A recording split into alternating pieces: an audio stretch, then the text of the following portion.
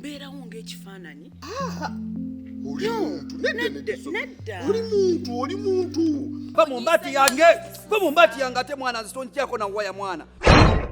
ALMAGIC production. Lwasa.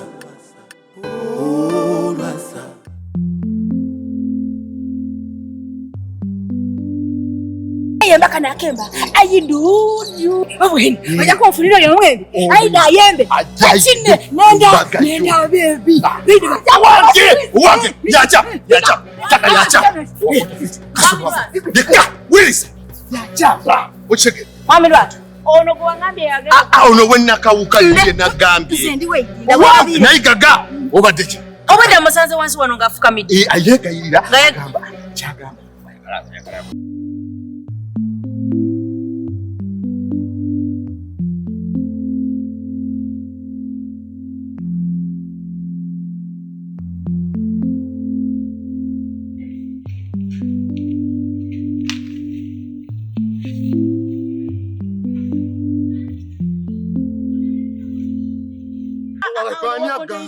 Konte yinachi ulirisa lwecho kunyonyode ekintu tamute mwagala nkole ki mwagala nette Lwasa bine bintu bikususe katoko ekyo nawe abula kati nange sikyabitege mwabamanyi kati mwabamanyi yo musumbuwa ujja kunsita muzakozi mwagala kunsita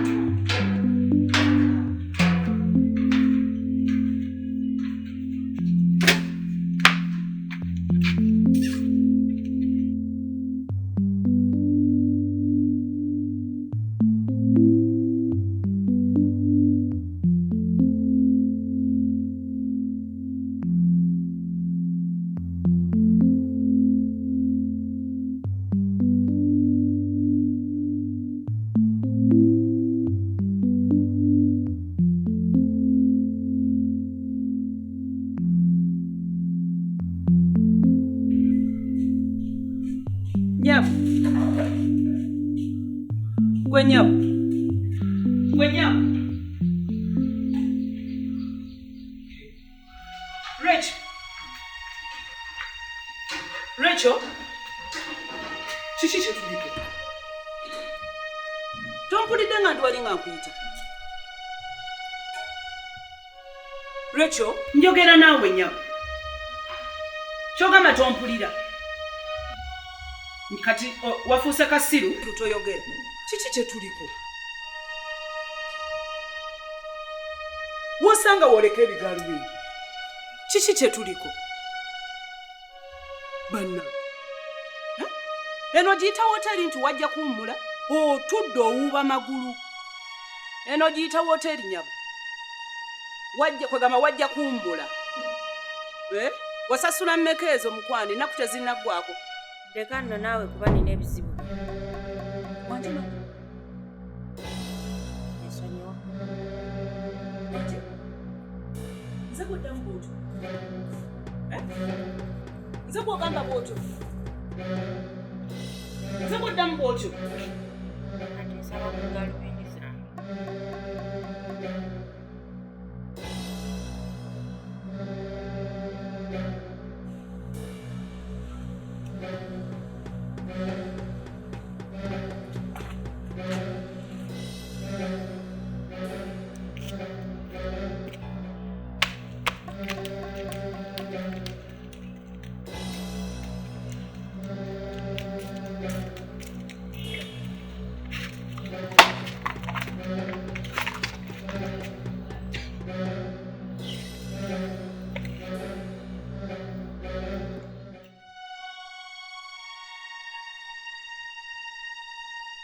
nina obusungu bwange kino kikazayo kiriwa kisumbwa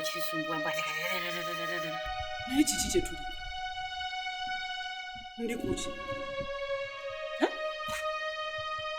sikitegeera ebyono nonsense tebinnuma tebirina nebibwe binkwatirako nze ensonga zange nazimala na mwami wange Lwasa era wakomera wano agenda kunyinyonyola lwaki yakoze obwenzi antwala ate out ate nangattako abakazi abalala ne musajja nga mumanyiira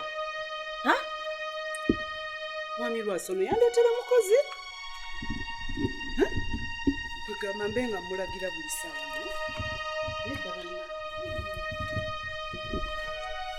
muntu n'okeera n'otuula nagiyitawo muteera Lwasa ojja kukinnyonnyoka nze lwekyo omwana w'ab'emmamba tebanzannyirako tebangattika okitegeera tambula ntya naawe nongattako omuntu omulala obaamu amagezi nze nzenna ojja kukisasulira. Halo mwami Lwasa jebaleko ssebo ojja otuuse kale kankulinde ddala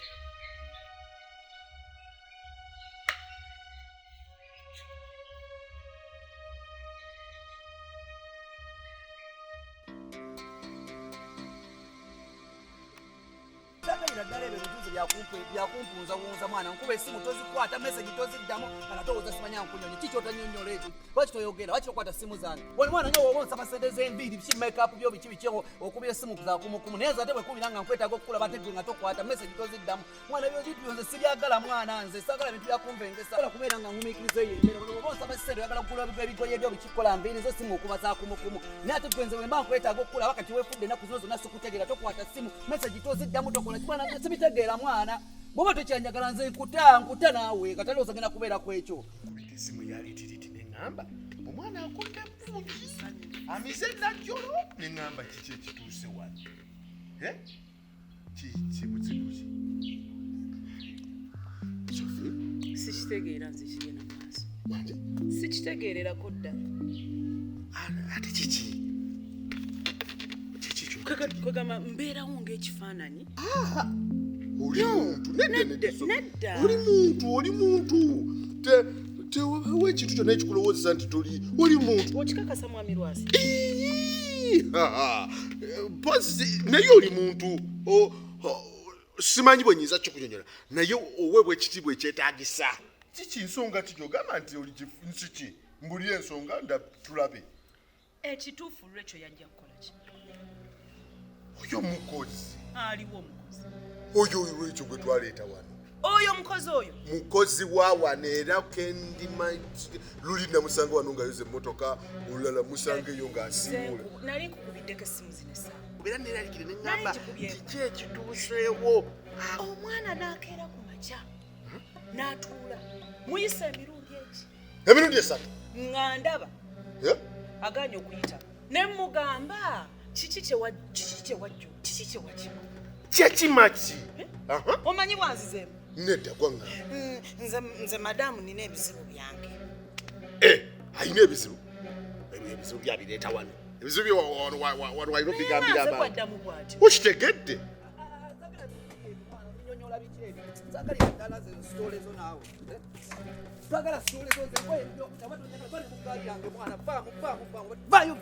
vaamu mwana nze wetosobola kumbulya wagyobadde tokwata masimu gange meseji toziddamu vaayo mugaali mwana sigera beera mu sitole zakuncangacyanga vaayo vaamu bwoba tosobola kumbulya wagyobadde va mugaali va mu mbaati yange ate mwana nze tonkyako nawaya mwana obaddewo ennaku zino obaddewo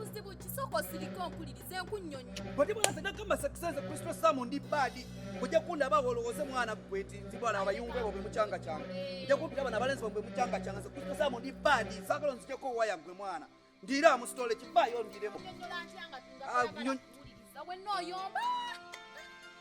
ani mwana nsaagala byakuncangacanga mwana waze mwana nze mwami Lwasa nakugamba nze emirimu ngisobola omwana oyo talina kyasobola buli kyakola nkiddamu kati waaki sente tumuwazaaki emirimu Sophie siganye ogisobola naye ayambako kale ne bwankubadde oyinza okulimu okuba oguzzeemu naye era aba yagutandiseeko naye kati nze kankubulira ekigambo kyange nze ngenda kukyusa enkola yange nti nze omumanyi nja mugoba agende ne sente atwala za bwereere anti toyinza papa kugamba muntu agende nga totegedde bivaawa biragawa lwaki addamu bw'ati tumanye kubanga ayinza okuba naye ndowooza era tumugobe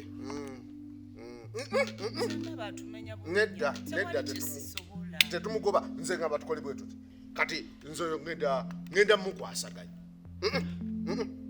Sophie tumugobe iye tumugobe talina kyasobola talina naye tulindemu kubanga n'omuganda agamba totta kibe watona kirebe yandusu amala atlisti sente tumusasulde nkozifiire bwekwezi tumulekewo nze ngenda muteekako omukono gwange ogw'ekyuma tetumugoba tumulekewo n'obusente bwaffe butandika okukwala omanyi ngenda mukwasaganya oyo so tusagala obeeko kyeweeralikira teweerabira nze Lwasa boda ku boda ngenda muteekako omukono ogw'ekyuma lwaki olina kikola kyolina okola lwaki tokola mirimu gyo lwaki togenda mu maaso n'okola ebyetaagisa kubanga